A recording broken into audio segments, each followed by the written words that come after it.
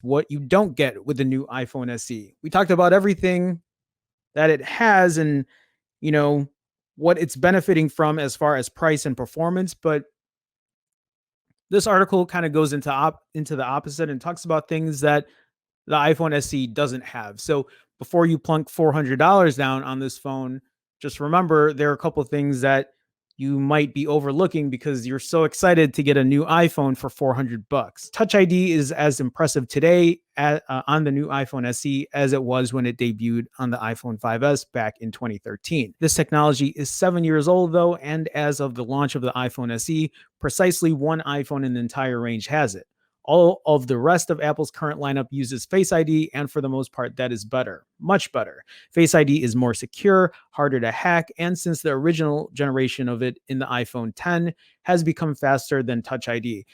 I I think I'm going to agree there. When Face ID came out for the original iPhone 10, I had concerns for it because it wasn't perfect. It really wasn't. I had issues using Face ID when it first came out.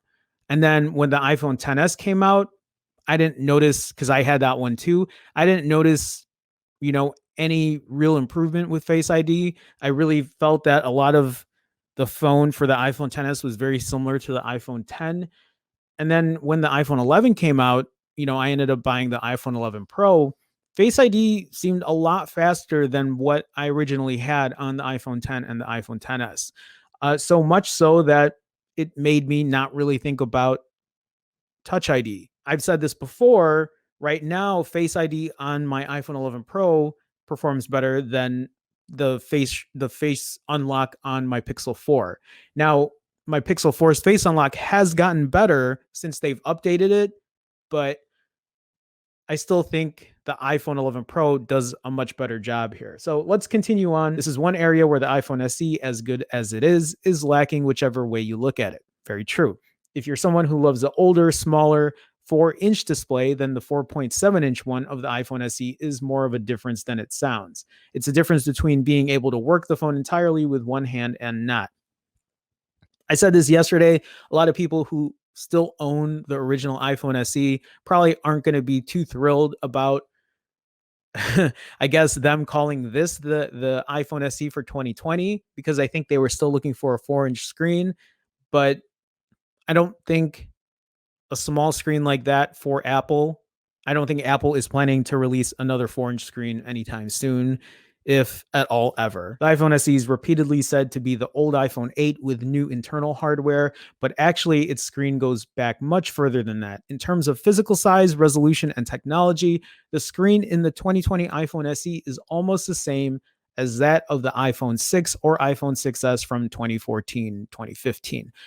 I don't think a lot of people who are looking to buy this phone are really going to be up in arms about the resolution because they already know the display is going to be small. I don't think they're looking for quad HD display or anything like that. I think the screen display is going to be serviceable for a lot of people. I think people already know they're compromising spending $400 on a phone. So I don't think that's going to be at the top of the list for a lot of people. Cameras are an issue. This is another area where there's no comparison whatsoever. This is my biggest concern with the iPhone SE are the cameras. Yes, I'm happy about the performance. I'm happy that it's going to be the A13 Bionic chip. I'm happy that we're still going to have a solid iPhone experience.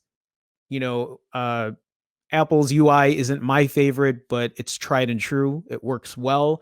The ecosystem is solid. So you're going to have a good all around phone. We can talk about updates and how long this phone will last you. It'll probably last you as long as many other Apple phones do. My original iPhone, I can still use it. I mean, I don't put a SIM card in it, but that thing still powers up. And that thing is, holy shit, that's going to be 13 years old this year. So almost 13 years old. So let's go on here. This is another area where there's no comparison whatsoever.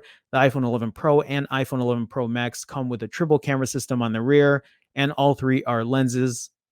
That's worded wrong. And all three lenses are excellent. They're 12 megapixels and provide seamless switching between their wide, ultra wide, and telephoto cameras. The iPhone SE has one camera on the back. It is a 12 megapixel camera and it's wide, but it's one camera and that's your lot. I don't have so much of an issue because it only has one camera.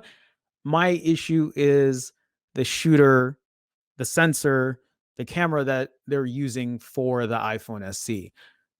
We don't know exactly what it is for sure, but I'm starting to read a lot of people are saying it's the camera that they're using in the iPhone XR, 10R, whatever you want to call it. Um, Brian in my chat, he makes a good point too, and said that. So I kept drilling the statement here yesterday that there's no night mode. There's no night mode. There's no night mode. It's not going to be as good as the iPhone 11. You're not going to get really good night shots out of it. But Brian also pointed out that there is no deep fusion, which works when it comes to dim lighting environments. So you're not going to get better shots in dim, kind of like low light environments either. And that's another con for it. I'm not is the iPhone SE gonna still have a good camera? Yeah. I'm pretty sure the camera, especially during the day, especially during really good lighting, is gonna be great. I question how it's gonna perform at night. And I think that's a fair assessment to make. I think Apple maybe did that purposely because, well, it saves them money for one if they're using maybe an older sensor that they have extra stock of, maybe, or maybe they just didn't want to put the best of their camera system in there because they didn't want it to interrupt sales for the iPhone 11 and iPhone 11 Pro and iPhone 11 Pro Max respectively.